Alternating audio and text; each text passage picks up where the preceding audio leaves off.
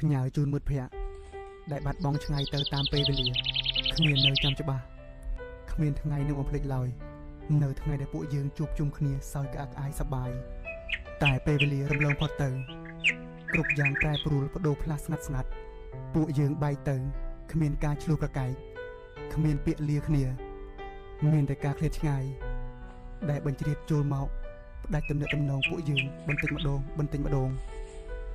មកដល់ពេលនេះវាប្រហែលនៅត្រឹមតែជាទំនាក់ទំនងដែលតាមដានគ្នាក្នុងបណ្ដាញសង្គមតែប៉ុណ្ណោះប្រហែលជាយើងបានយល់វ័យមនុស្សធំច្រើនជាងមុនហើយទំនាក់ទំនងខ្លះមិនបានបញ្ចប់ដោយសារតែការឆ្លោះប្រកែកនិងស្អប់ខ្ពើមគ្នានោះទេតែវាបញ្ចប់ដោយសារតែពួកយើងម្នាក់មានតួនាទីនិងគោលដៅជីវិតខ្លួនឯងរៀងៗខ្លួនហើយនេះ